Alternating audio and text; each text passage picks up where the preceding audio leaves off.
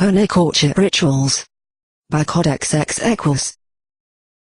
Interlude. Cadence. 2. How could you? Cadence jerked her head up at the sound of the voice. The dungeons under Canterlot were actually quite comfortable, all things considered.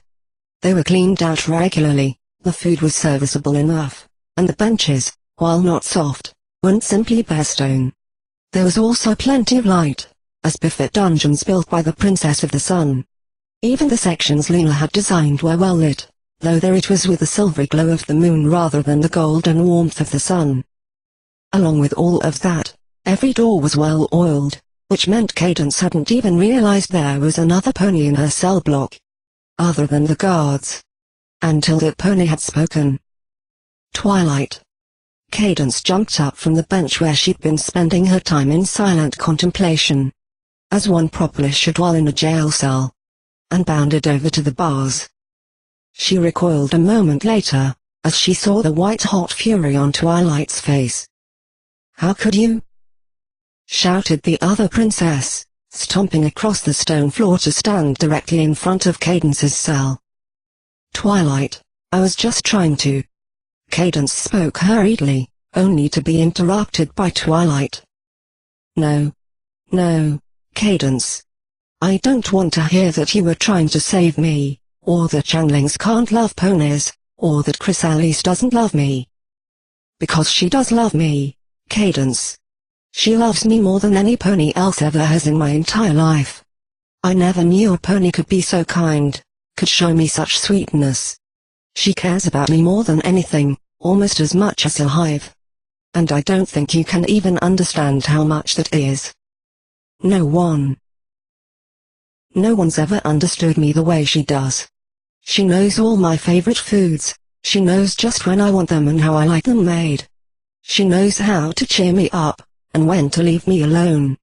She knows the things that annoy me, and the little things that make me happy. She knows how to make me laugh. And she accepts me. If I want to read a book, she'll just sit there and let me read it.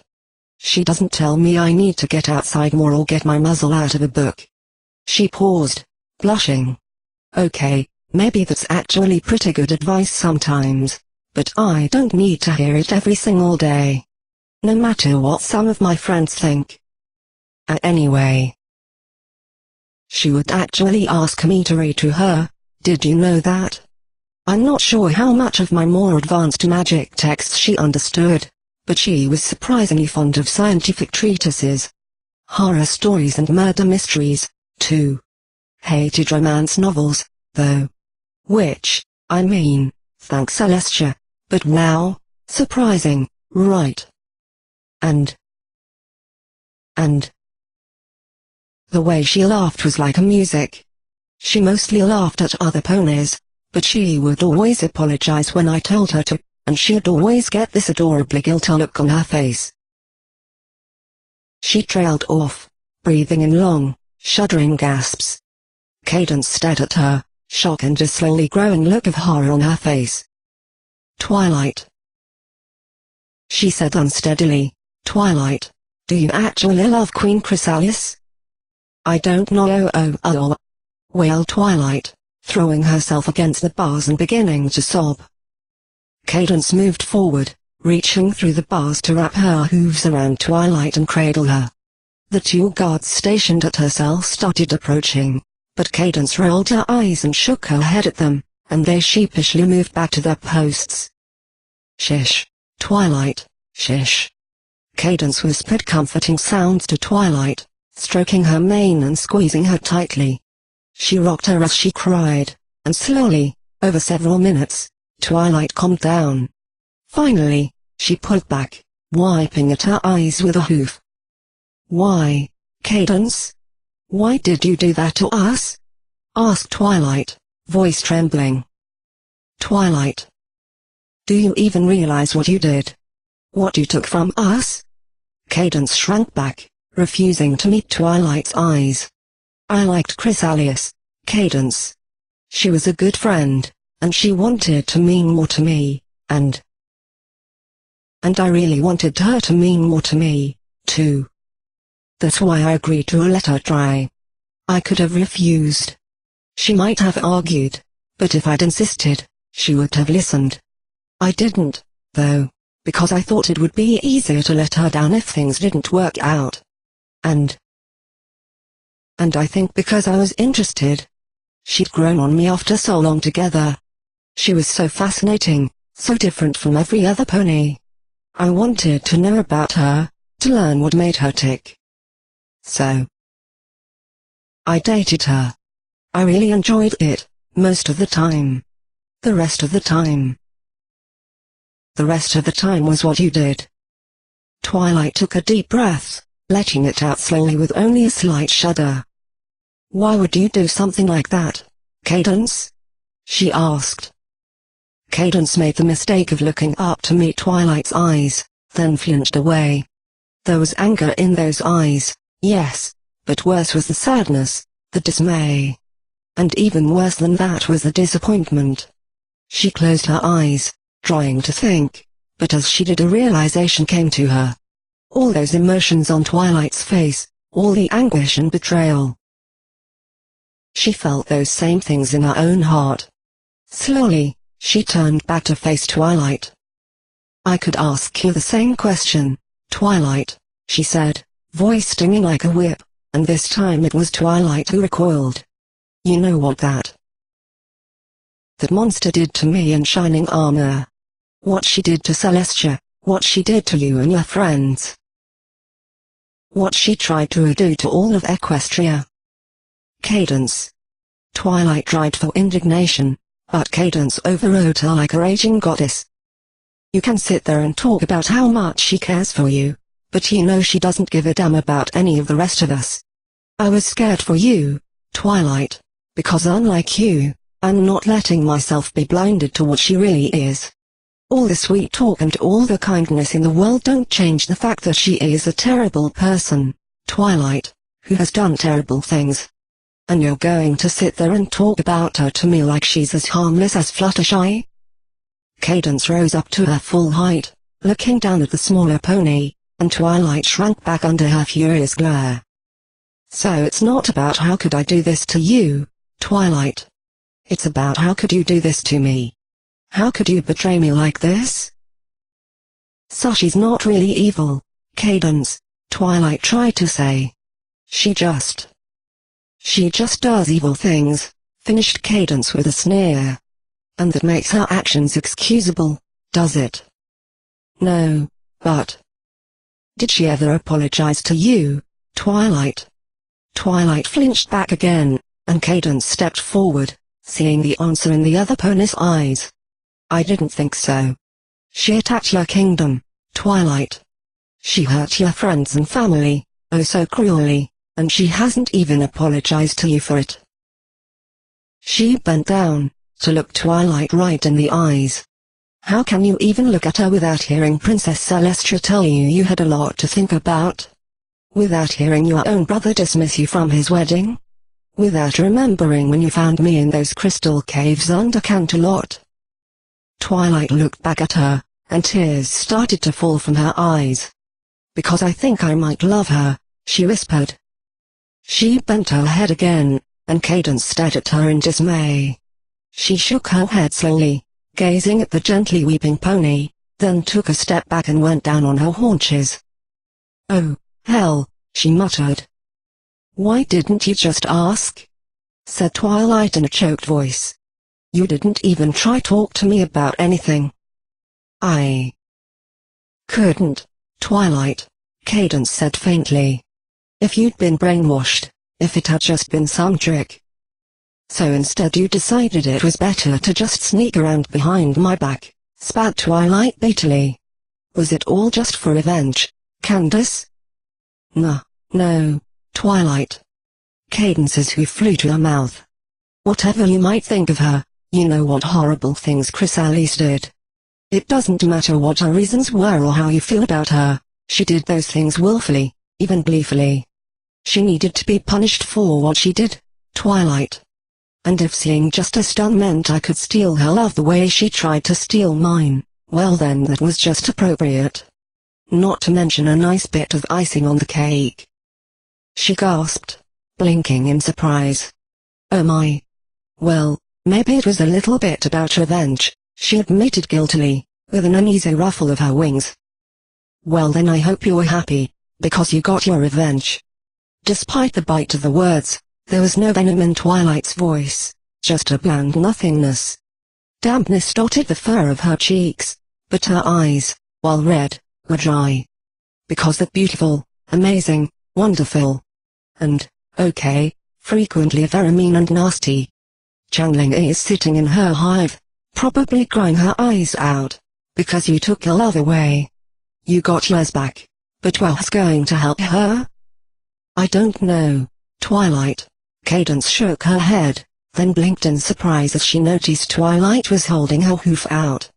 What are you doing? We can help her, Cadence. Twilight sniffed back a few more tears and nervously licked her lips. Just like her. I don't know much about love. So I need your help to figure out how I feel. And if there's ever going to be any peace between you two, one of you has to make the first move. I want it to be you, Cadence. Cadence just stared at her, and Twilight took a deep breath. I know how much you must hate Chrysalis. What she did to you was terrible. But now you've done something awful back to her, Cadence. You are even, the scales are balanced. Now we just need to stop the cycle, to stop something like this from happening again. If you really hate her, if you think she's a monster, then you can prove you are better by helping her now, by being better than you think she is. And I think you might be surprised by how much better she can actually be. Cadence didn't say anything, but she shifted uncomfortably, and Twilight took that as encouragement to continue. I know you want an apology. You deserve an apology, one that's serious. Not an apology that I force her to make, or one that I make for her as her fellow channeling queen. An apology that she means, because she understands exactly what she did and why it was so wrong. After what you put her through yesterday, I think she actually might. Cadence hesitated a moment longer, then, slowly, began to reach out with her hoof. And I want you to help me too, Cadence. Because I feel something for Chrysalis. I know it's at least friendship, but that's all I know. Maybe I do love her. Or maybe I dislike her still, even if I see her as a friend now. I don't know, because I can't separate what she's done from who she actually is. And you just made things worse. I might love her, and even if you hate her. I think you'd want me to know that. And if I don't, I need to be able to move on, instead of being trapped in this fog. I can't think of any pony more able to help me with that than you. Cadence's hoof touched Twilight's, and for a moment she held it there.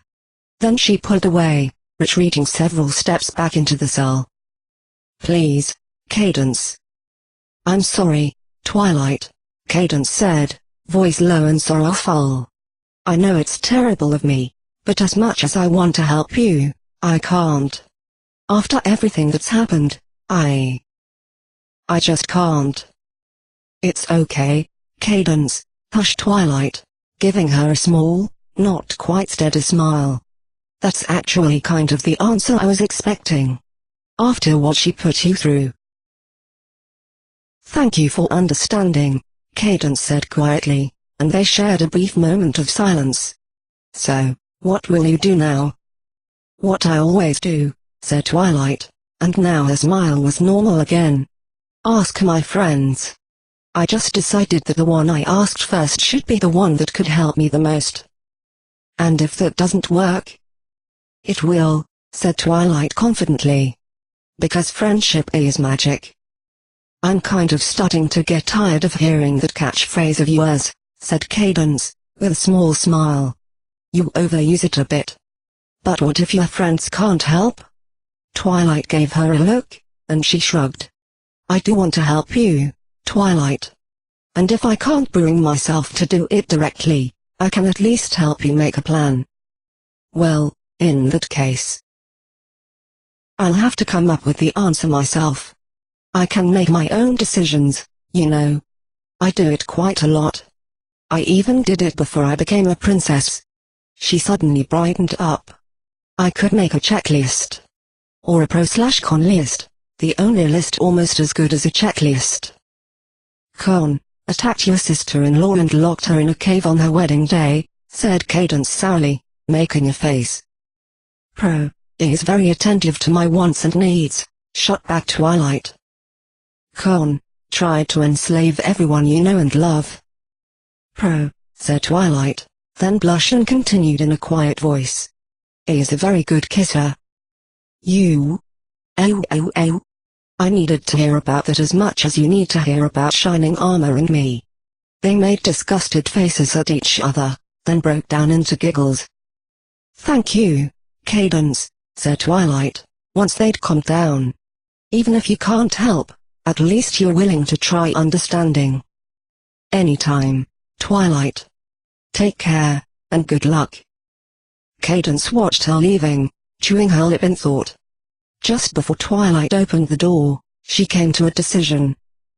Twilight, wait. She called out, unlocking her cell door with a spark of magic and trotting out. Both guards tried to move forward to stop her, but she brushed past them like they weren't even there, coming to a halt a few steps from Twilight. I do want to help you, more than I have, she said to the surprised pony. And there's one thing I can do that might at least answer some questions for you. She lifted her head, magic running along her horn, and then fired a beam down into the center of Twilight's chest. Twilight shied back in surprise. And a little bit of fear. And Cadence pulled back at the same time, drawing the beam back like a fisher pony working a pole. When the beam came out of Twilight's chest, it carried a cloud with it. It was spherical, a rolling mass of gray that occasionally shot out flashes of black and red light, mostly black. Twilight stared at its tumbling, swirling surface with horrified fascination. What is that? She asked. It's your heart, Twilight, replied Cadence, closing her eyes. Or, at least, it's a representation of a part of your heart, one that deals with your feelings for Chrysalis. Oh. Twilight stared at the nightmarish cloud, face falling. Do I really hate her that much? What? Oh, no. Cadence shook her head. You're just confused. That's why it's a giant mess of clouds instead of a pure ball of light. Those flashes of light are your feelings towards her, trying to shine through. As you can see, your confusion has mixed up your feelings, red light for hate, black for love. She grimaced. I never knew love for Changeling was black, yet I'm hardly surprised. So, what you're saying is... I'm confused, said Twilight dryly. Cadence sighed and cancelled the spell, causing the cloud ball to fade away. Yes. Sorry, that wasn't as helpful as I thought. It's okay, Cadence. Twilight gave her a smile. At least I know there is some love in there. I'm glad to hear it too. Kind of. They waved goodbye, and Twilight started for the door. Just as she put up a hoof to push it open, Cadence stopped her again. Twilight? The pony looked back at her. I'm sorry. About everything. Maybe. You're right, maybe she actually can love. Maybe she actually loves you, and you love her. Cadence let out a sigh. And if that's true, I'm a terrible princess of love. No, Cadence, no. Twilight trotted over, putting a hoof on her shoulder. We have a difficult calling, being the princesses of friendship and love. It's the kind of thing we're always going to be learning about. And if I can learn something new from Starlight and Trixie, you can learn something from Chrysalis and me. It's not like we're Princess Celestia or Luna, where our special talents are predictable.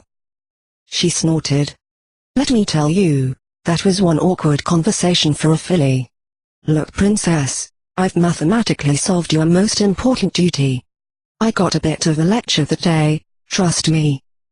Thank you for being so understanding, Twilight. And so forgiving. Cadence shuffled her hooves nervously. Do you think maybe you can put in a good word for me with my aunts?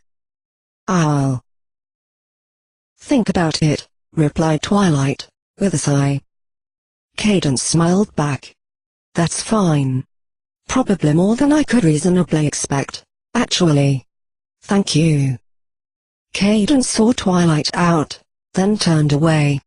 Head down, lost in thought, she trotted back to her cell, ignoring the pained expressions on the guards as she walked inside and locked the door behind her. Climbing up onto the bench, she lay down on her side, head on her forelegs, to contemplate her future. I wonder what being a statue will be like, she thought idly. At least the weather in Canterlot is pretty nice. And the castle's groundskeepers take good care of the royal gardens. Maybe it won't be that bad. Chapter 5. Of Princesses and Depositions. And then she flew away. I haven't seen her since. Twilight didn't look up, her muzzle nearly touching the bare metal table she sat at. A stallion, light blue with short, grey hair and a pair of thick glasses, sat across from her and scribbled busily on a yellow legal pad. The only other ponies in the room were Princess Celestia and Princess Luna, both standing off behind the stallion. Luna's face was troubled, but Celestia wore a look of such deep concern that if Twilight could see it she would have fallen over herself trying to convince the princess that such worry on her behalf was unnecessary. Okay, I've got everything, Your Highness, said Stenotype, finishing up his notes. And let me thank you for providing such a thorough report for this deposition, despite the personal pain I'm sure it caused you. Twilight hardly moved, simply nodding her head. Celestia's look of worry deepened, but Luna only seemed to become angry. I am most disappointed in our niece, I must say, she growled crossly. To think she would do such a thing. And to ponies who are such good friends of ours, no less. Luna, one of those ponies put a knife in your back not more than a month ago, reminded Celestia. Yes, that was most disappointing as well, said Luna, nodding. I must teach Chrysalis how to do it properly. If, that is, we ever see her again. The mood in the room, not exactly cheaper, plummeted. Twilight slumped down, her face finally coming to rest on the table's cool surface. Celestia observed this, forehead creasing in dismay, and then she set her jaw and moved forward to place a hoof on the table next to the stallion. Stenotype, she said softly, given the personal issues that already surround this case, I think it might be better if all of the events after Cadence was subdued were to be left out of Twilight's statement. What? He blinked up at her through his thick lenses. I don't think that would be proper. I would consider it a personal favor, Stenotype. She cut him off, tapping the corner of the table a few times for emphasis. It was quite a bit of emphasis, as it left the corner bent down at a 45-degree angle. I'm not quite sure if we can legally. He tried again, only to find the shadows around him darkening. If the law is your only concern, then worry not, friend Stenotype, breathed Luna softly from behind him, for the law is in this very room with you. And we say it is acceptable, in this case, to withhold said testimony. Ahem, yes, very well. Stenotype quickly peeled off the last few pages from his notepad and held them up in a slightly shaking hoof. A blue magical aura plucked them from his grasp, crumpling them into a ball, and then a nearly invisible beam of sunlight neatly and quietly vaporized them. You may take your leave now, Stenotype, Luna said graciously, and the thankful law pony quickly scrambled from the room. The three ponies stayed silent as the door clicked shut and Stenotype's hurried hoof steps slowly faded away down the hall. Only then did Celestia move, the quick tap-tap of her hoof cuffs echoing in the small room as she rounded the table and knelt next to Twilight, wrapping the pony in her wings. Twilight, she said, sorrow filling her voice. Twilight, I am so sorry. Indeed, spoke Luna from Twilight's other side. If we have truly seen the last of the Queen, then all of Equestria is now lesser for this loss. No, You don't need to apologize, said Twilight, raising her head. She didn't look quite as bad as both princesses had expected, more resigned than anything, with a spark of what could be determination. Nothing that happened is any of your fault. But it is, Twilight, said Luna softly, for we did not stop this before it began. She's right. Celestia nodded as Twilight turned to look at her. We knew. All of us, Shining Armor and your parents included. How cruel Chrysalis was to Cadance during their first encounter. Twilight flushed and looked away, and Celestia gave her a squeeze with her wings. I know we have decided to overlook what the Changlings did during the wedding, given the rather delicate reasons for which they did so. Or at least, the reasons for which they eventually did so. That still doesn't mean we should shy away from calling their actions out for what they are, nor should we forgive Chrysalis for what she did quite yet. I know, whispered Twilight. At the same time, we did Cadance a disservice by assuming that she had forgiven and forgotten the trauma she was put through, continued Celestia. The fact that none of us, aside from Shining Armor, thought to speak of this to her is a mistake we are all guilty of. Unfortunately, we merely assumed that the fact that she didn't immediately show up breathing fire indicated acceptance. None of us thought she would seek out more circumspect means to address her grievances with the Queen. That error is on all our heads. Communication is one of the mainstays of friendships, and we should not have taken it for granted that she would be the one to initiate the communication. We must not blame Cadance for this, either, put in Luna softly. She has enough on her head as it is. The omission was ours and ours alone, it should not be added to our list of crimes. Agreed, said Celestia, and she and Twilight nodded. What is going to happen to Cadance? Asked Twilight timidly, looking between the two princesses. Celestia let out a sigh. It's a tough decision. On one hoof, some kind of punishment is clearly needed. Cadance attacked two princesses of Equestria, along with severely damaging a private business, and that is not the kind of thing we can simply allow to pass without comment. It sets a bad precedent. Moreover, to just pardon her off-hoof would open us to obvious and, let's face it, true accusations of nepotism. Would be the first time anyone's accused Celestia of that, muttered Luna out of the side of her mouth. What was that? Nothing. On the other hoof, continued Celestia after a glance at Luna, leniency is most likely called for in this case. Cadance suffered at Chrysalis's hoofs, no matter what excuses or cultural differences we bring up. She deserved restitution, or an explanation and heartfelt apology at the very least, and she got nothing. Under the circumstances, the fact that she would take matters into her own hooves is understandable, if not something we can approve. A punishment of some kind is warranted, though what exactly it may be, and its severity, is something my sister and I are still discussing. Movement caught Twilight's eye, and she glanced over. Luna was pointing at Celestia, then, seeing she had caught Twilight's gaze, moved one hoof in a rising arc, as though imitating a pony being shot into the sky, and mouthed the words to the moon. Celestia spun suddenly, to see only Luna standing on all four hooves, expression blank and innocent. She stared at her younger sister for a moment, then let out a small snort and turned back to Twilight. In any case. Yes, we will be punishing Cadance, Twilight.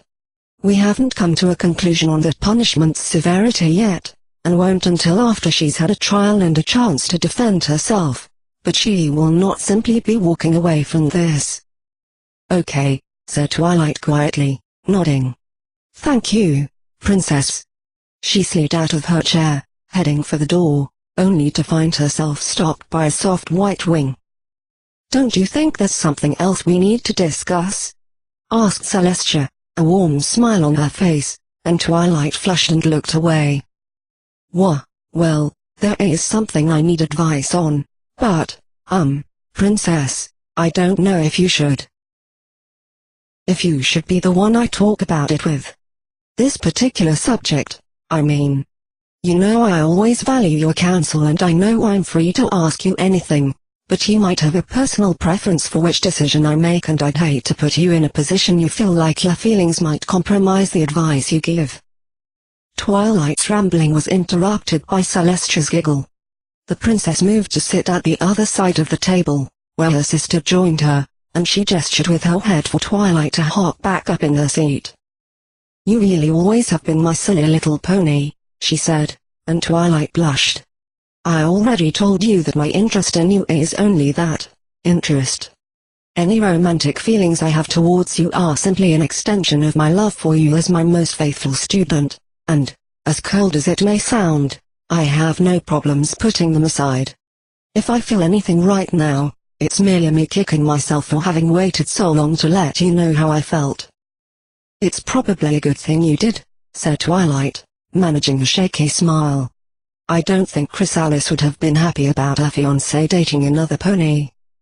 "Yes, that would have most likely been an awkward scene," agreed Celestia with a laugh. "While I appreciate your concern for me, it's not necessary. And please don't waste any time on my behalf trying to find a way to make us both happy. For one, I fear what kind of magical abominations your solution would unleash upon the world. I doubt either Chrysalis or myself would appreciate, for example, half a Twilight. Even if such a thing did walk and talk. But furthermore, there is no perfect outcome for both of us in this situation." "But there could be," sang Luna tantalizingly. She produced a scroll from under her wing, floating it in front of Celestia's face. "I've already signed this, simply do the same and polygamy will be legal in Equestria." A flash of light from Celestia's horn vaporized the parchment, and Luna sat back with a disappointed sigh. "You'll give in eventually." "I'm going to find where you're hiding those things one of these days," growled Celestia. "The point is that we want you to be happy, Twilight," Luna said, turning to face her. "We care about you, and in this situation your feelings are paramount to all others. No matter our own interests, my sister and I would never do anything that might hurt you. Just tell us what you want, Twilight, and we can help you get it," finished Celestia quietly. "But that's just it. You heard me tell the entire story just now. I don't know what I want." Twilight slumped forward on the table. "After our wedding. Well, our second wedding. When Chrysalis refused to accept what I said and claimed she was going to win my heart. I'll admit I was intrigued. We'd been together for a few weeks at the point, and I'd gotten to know her quite well. It was fascinating to learn that she actually had a heart, that underneath the cold, arrogant, vicious exterior, there was an actual kind and caring pony. Not in quite the way we think of it, of course, but it was there, and the differences, the contradictions, just made me more interested. I wanted to know more about her, and I think if there was any reason I agreed to date her in the first place, it was that." She tilted her head to the side in thought. "Which, really, is a pretty good reason to start a romantic relationship with some pony." "And your feelings now?" asked Celestia carefully. Well, I already said I don't know. But I want to spend more time with her, I want to be around her. I just don't know if I want that as a friend, or something more. And if it is just as a friend, then I think she was right to leave. She said I deserve someone I can love, but she deserves someone who loves her. If that's not me, then it's not fair to ask her to stay around when just seeing me would cause her such pain. Even if it hurts me, I'd rather spare her that. The depth of your love for Queen Chrysalis is amazing, Twilight, Celestia said, leaning forward to touch her shoulder. Whether that love is for a friend, or something more. Then why don't I have an answer? Asked Twilight desperately, looking between the two princesses as her eyes began to tear up. If I care about her so much, why can't I tell if I'm in love with her or not? Love is a very complicated thing, Twilight, and often very secret, Celestia said softly. It can easily be hidden behind other feelings. Sometimes. No matter how much you care for someone, those other feelings can rise up and cloud your love. She shared a sorrowful look with Luna, and the two princesses extended their wings for a brief hug. "What do I do, then?" asked Twilight once the sisters had separated. "I need to figure out how I feel. I know I shouldn't ask for a simple answer, but is there one? Or at least some kind of plan, some sort of path I can follow?" "The answer is easy, sometimes," replied Celestia. "Sometimes, you'll just suddenly know. An idle thought will spring to mind, revealing your heart to you. Or a memory of a special moment may suddenly come to mean much more than you ever thought. Other times, you must work at it. You must ponder your thoughts and feelings, meditate on your relationship, think about every time you interacted with the pony. In either case, it's very hard to simply force your feelings to show themselves. It takes time, and often quite a bit of luck, to find that one trigger. I don't know how much time I have. Chrysalis has probably already sent a letter to your palace, requesting a divorce from me." Twilight let out a snort of laughter that sounded more like a sob. "I never thought I'd say anything even remotely like that. Or that I'd feel so sad about it." "Well, you've at least made a good start at it so far," Celestia said, and smiled when Twilight looked up at her. "You've decided to ask your friends, the ponies who know you best. If any pony's going to be able to help you find out what lies in your heart, it's your friends. Okay. So, help me." She spoke in such a small voice, looking up with wide, hopeful eyes, that both princesses had to suppress their initial reaction, which was to cuddle her and say, "Ah." Instead, they exchanged glances, and Luna gave a nod and leaned forward while Celestia sat back. "You know, Twilight, that I have been spending quite a bit of time myself with the Queen over the past few months, yes?" Twilight nodded, letting Luna continue. "I too consider her a dear friend. Like you, I've seen the core of goodness that lies under her hard exterior. Both literally and figuratively. And I wish I had such unrestricted access to it as you do. She can be quite amusing when the mood takes her, which it always seems to do around you.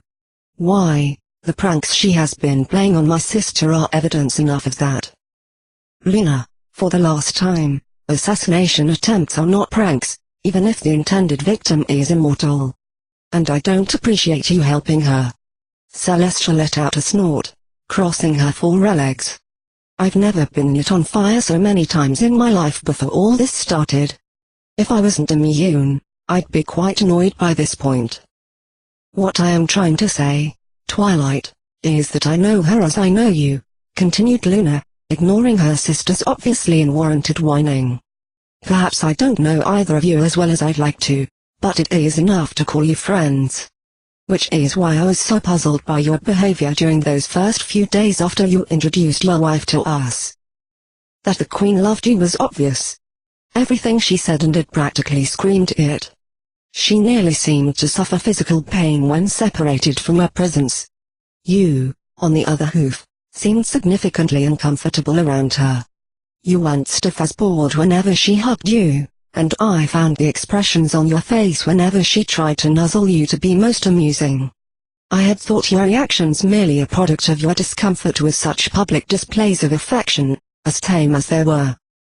When the news of your true feelings came out, your reluctance suddenly made more sense.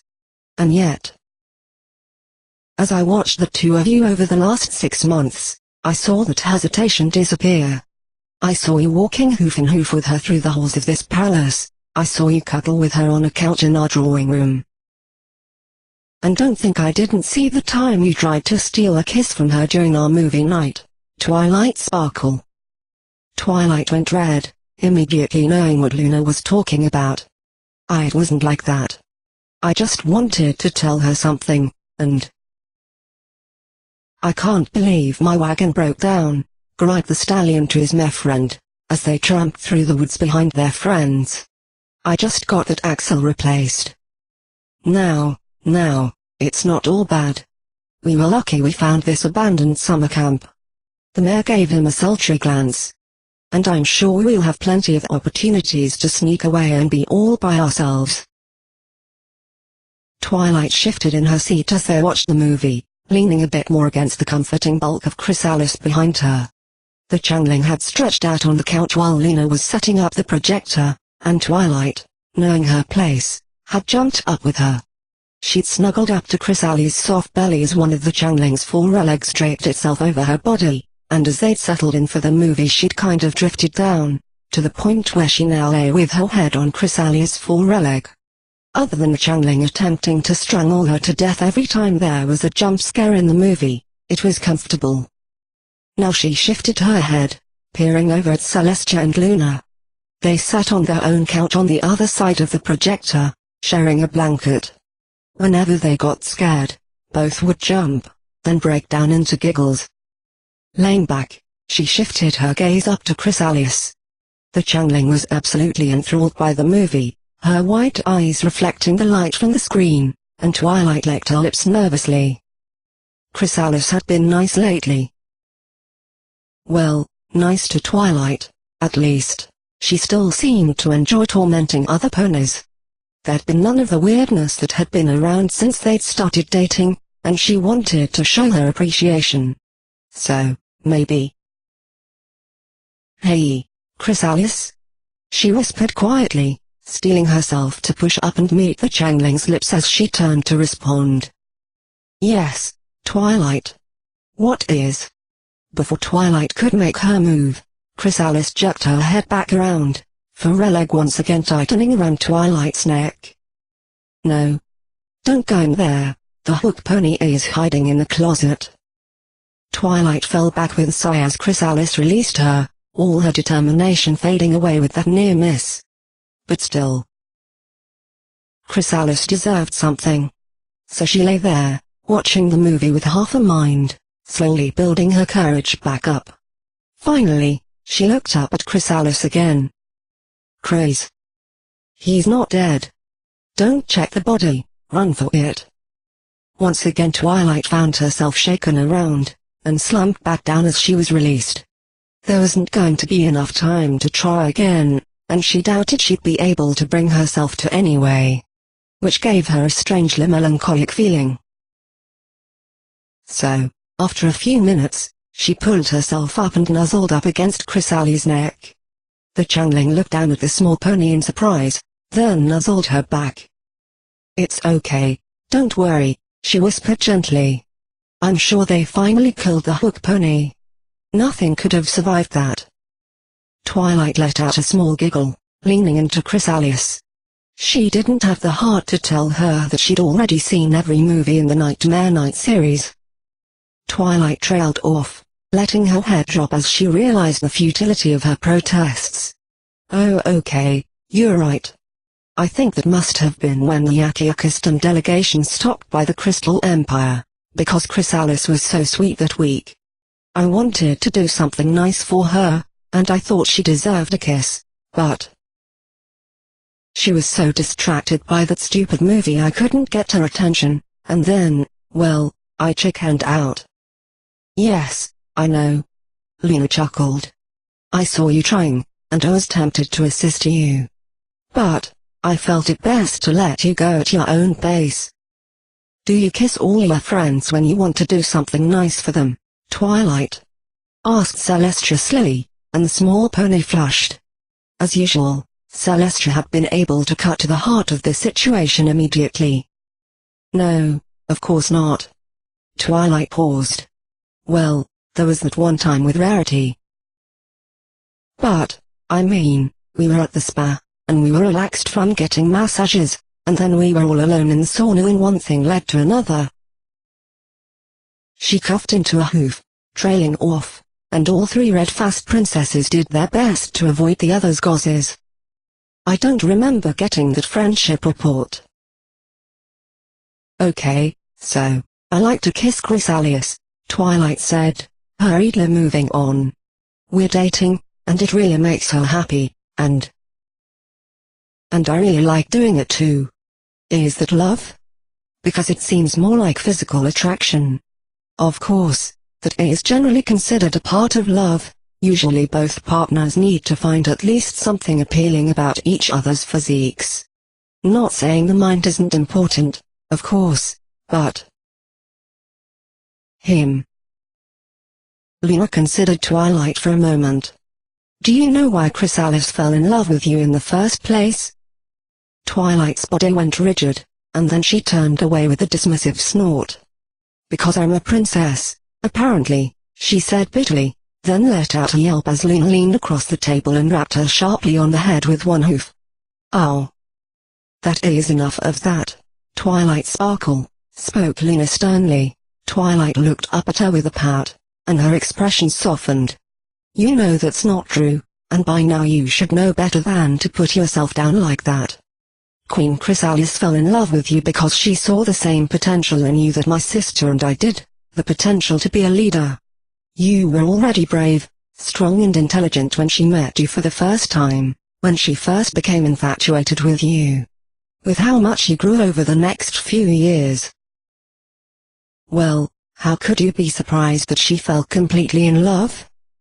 I'm sorry, but... Twilight gave an uncomfortable shrug. It still sounds like you're talking about my becoming a princess. Very well, then consider this, responded Luna. You say you know how much Chrysalis loves you, but do you really? Tell me, do you know how she refers to you when we talk? Twilight shook her head. She called you his chitter-chirp. Celestia merely furrowed her brow in puzzlement, but Twilight gasped, and her hooves went to her mouth in shock. Partly out of hearing Luna speak Hemipiad, she hadn't even known Luna could speak the Changling's own language, and especially not with such a flawless accent. But more important than that was the meaning of the phrase she had spoken. I trust you know what that means, then? Asked Luna, arching an eyebrow. The Queen has been a most excellent teacher, but she refused to tell me the meaning of those words. Her attitude when I questioned her was most perplexing, as well. Does she really call me that? Twilight gulped, trying to wet her dry throat. When Luna nodded, a nearly stupefied look came over the small pony. I never knew. She always talked about how much she loved me, but I never knew she felt that way. That her feelings were so strong. She trailed off, and after a few moments Celestia cleared her throat. If it's so personal, you may keep it to yourself, Twilight, she said gently. Oh. No, it's okay, Princess, I just never thought she'd say. She broke off, rubbing at her face with one hoof, then took a deep breath. His chitter-chirp means something like... Well, a direct translation would be my queen, but it has connotations that go far beyond that. It's like how we are sometimes called Your Highness or Your Majesty instead of just Princess, except it's more than just a formal way to refer to the Queen. It means trust. Absolute loyalty. A willingness to obey every order that Queen gives, to put her above all else in life. To die for her, if necessary. It means you are devoted to her before any other obligations. Twilight's face lit up, and she leaned forward to tap a hoof on the table. That's the word. Devotion. Complete and utter devotion to your queen. She stared down at her hoof, then slowly sat back. And I let her leave. She felt that way about me. She loved me with all her heart and was completely devoted to me in every way. And I just let her walk out the door.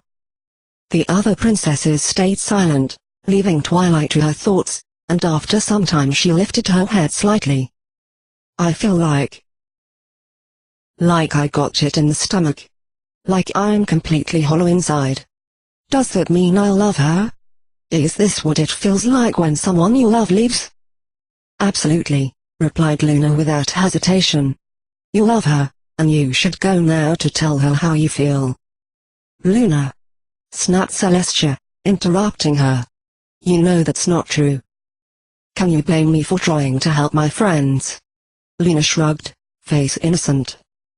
I think I might need to send you to live with Twilight. You seem to need as much help with friendship as Starlight does. Celestia turned to the smaller pony. Twilight, ignore Luna. It doesn't necessarily mean you love her. Just that you care about her very, very much. Think of it as another data point to consider. You could make a graph, even. That at least got a shaky smile out of Twilight. That actually would make me feel a bit better. There is something else we can try, Twilight. If you'll let me. Let you? I want to hypnotize you, in a way, explained Celestia uncomfortably. It's a spell that will soothe your mind, let you answer any questions we ask as truthfully as possible. I don't know if it will be any more useful than Cadence's spell was, but we can at least try. Oh. That sounds fine, actually, Princess. I trust you. Very well. Celestia raised her head and lit her horn, a golden glow enveloping Twilight's head. As it did, her face calmed, the lines of worry smoothing out, and her eyes slipped closed. Twilight, Chrysalis is standing in front of you, said Celestia softly. Tell me, what do you see when you look at her? I see the Queen of the Changelings, Twilight said in a dreamy voice. She's the one who abducted Cadence and tried to take over Equestria. She also treated me so horribly when we were dating, even if that was because of Cadence. And she's the one who loves me, more than anyone else in the world. She'd do anything for me, just to make me happy. And how do you feel when you see her? I feel happy. Twilight smiled. She's fun to talk with, and just to be around. I feel safe and loved and comfortable when she's with me. I was right, this isn't much more helpful than Cadence's spell, sighed Celestia. Tell me, Twilight. Do you love Queen Chrysalis? Twilight's brow furrowed. I love her the way I love all my friends. Sometimes it feels different, but I don't know what that means and it scares me, so I try not to think about it. Well, that's something, Celestia muttered, glancing over at Luna. I don't think we're going to actually get an answer out of her like this. Luna looked back at Celestia, then turned to Twilight, and the golden glow around the pony's hair changed to blue. Twilight, now Celestia is standing in front of you. What do you see? It's the princess. Any worry on Twilight's face had been replaced by a wide smile. She's been my mentor for almost my entire life. I think she's one of the most beautiful ponies in Equestria, especially her mane. Celestia blinked in surprise, face flushed, and Luna grinned as she continued. How do you feel when you see her? Happy, of course. She's my oldest friend. Almost no pony else makes me feel as special as she does. I'm always nervous that I'm going to disappoint her, but I know how proud she is of me. We always hug when we see each other, and I hope she'll hug me now. This isn't helping, you know. Celestia stammered out, her eyes not leaving the pony's smile. And now, Twilight, Celestia is wearing a saddle and stockings. Something silk, something from the back room at Rarity's boutique. How does that make you feel? Luna, no, cried Celestia, before the red-faced Twilight could start to respond. Stop it. We are going to learn the truth, sister. The light around Twilight's head began flickering between yellow and blue. She started to rock back and forth as the royal sisters fought over her mind, then suddenly tipped over, spilling out of her chair and onto the floor. Look what you did, huffed Celestia, hurrying over to help Twilight up. Okay, no more messing with my mind, all right, groaned Twilight, rubbing her forehead. I'm really sorry, Twilight, Celestia said. We shouldn't have let ourselves get out of control like that, admitted Luna. It's fine, Twilight sighed. At least got a little more information to add to what Cadence showed me. Now I know I do feel something. I just need to find a way to make myself confront it. Because even if I do love her, it doesn't mean anything if I can't actually feel it. What will you do now? Asked Luna, as Twilight took a few steps towards the door. Keep talking to my friends and family, she replied. That's the plan, of course. You two gave me some help, and so did Cadence, so maybe if I talk to everyone I can figure this out. We wish you luck, Twilight, said Celestia, and Luna nodded in agreement. I feel you should go to your family first. Not only are they right here in Canterlot, but talking with shining armor will most likely be uncomfortable. You might want to get it over with as soon as possible. You're right. Twilight nodded, then, after a moment of thought, looked up nervously at the two princesses. Speaking of that, when I was talking to Cadence, she asked me to put in a good word with you. So, go easy on her? Celestia smiled warmly. The fact that you can ask that, as one who was wronged by her, will carry weight with us. Have no fear. And when you see her next, tell her I'm willing to forgive her. If she's willing to do what it takes to be forgiven, to make up for what she's done. We will, Twilight. Is Chrysalis ready to forgive Cadence, as well? Asked Luna, a slight teasing lilt to her voice, and Twilight snorted. Oh, yes, I can just imagine how she'd react to being asked if she forgives Cadence. She pushed herself up onto the tips of her hooves, pressing one hoof to her chest and deepening her voice in an attempt to imitate Chrysalia's echoing tones. That pink pony challenged me to battle, and I defeated her soundly. As far as I am concerned, everything between us is settled. Twilight went back down to her hooves with a giggle. And now she's going to be all mad at me. She looked over to her side and froze, then drooped down. Oh. Right. You really miss her, don't you? Asked Celestia gently, placing a hoof on Twilight's shoulder. I do, whispered Twilight, looking up at her with wet eyes. Go on then, my faithful student, Celestia said, guiding Twilight to the door. Go out there and find what's in your heart. Oh, and Twilight, said Luna, just as Twilight opened the door, and the pony looked back over her shoulder. Don't forget that while polygamy may still, unfortunately, be illegal, open relationships aren't. So as long as Chrysalis agrees, there is no reason you and Celestia can't. Okay, bye, said Twilight hurriedly, escaping out into the hallway and slamming the door behind herself. I can't believe you did that, cried Celestia as soon as Twilight had gone. You went way too far. I'm merely trying to help you, sister, replied Luna innocently, turning away with a flip of her tail. You're pushing her too hard. You're going to scare her off. I have time to be patient, Luna. If I have to wait decades to interest her in my offer, I can. Beyond that, declared Luna. If you love her, you shouldn't wait. Celestia glowered at her for a moment, then tilted her head with a small smile. I'm surprised you were pushing so hard to get Twilight and Chrysalis together. You know, considering your own feelings for the Queen. What do you mean? Luna turned back to Celestia, eyes wide. Oh, come now, sister.